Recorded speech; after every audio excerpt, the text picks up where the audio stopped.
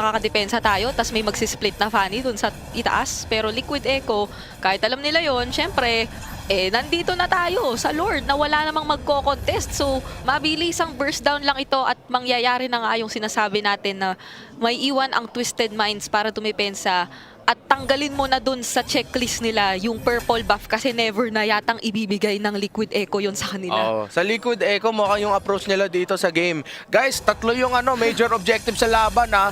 Lord, Turtle, Lord, tas yung purple buff. Ay, si Sanji pa nakakuha, pre. Ako, Kawawa naman.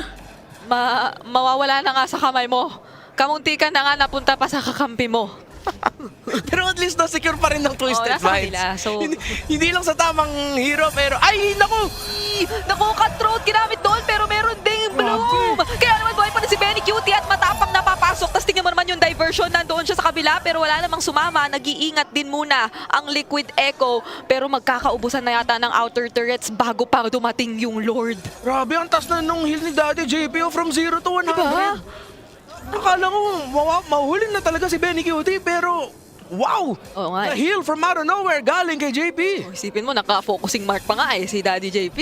Di ba? Oo nga. So, Killer mindset, Florin to eh. pala ang klase ng Express. Ginulat tayo kasi 'di ba inisip natin gugustuhin pa nila ng karagdagang setup pero hindi. Sabi kaya na ng mga kakampi ko 'yan. Oh, ito yung sinabi din natin kanina na yung Liquid Echo maghihintay ng timing nila. Oh, Sanford! Speaking of timing, tinimingan na talaga rito ni Sanford. Bumagsak na si Troll, wala nang pang counter engage dito masyado ang Twisted Minds at mukhang tutumba na nga rin yung isa nilang inhibitor turret. May minions pang kasama ang Liquid Echo pero sabi ni Benny Cutie, disiplina. Disiplina muna guys. Dito muna tayo sa gitna. Ito rin naman sila sa taas. May minion wave papasok dito sa gitna. Twisted Minds. Kailangan nila dumepensa dito or isang torre na lang may iwan sa base nila. Yun mo naman, Torre lang pa din sila dahil kahit anong sabihin natin, ito ay isang X-Borg at Farsa.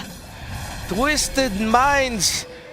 Sinubukan nila sumabay. Nga patient yung respeto ng Liquid Echo. Actually, to think na hindi nga natin masyadong na-witness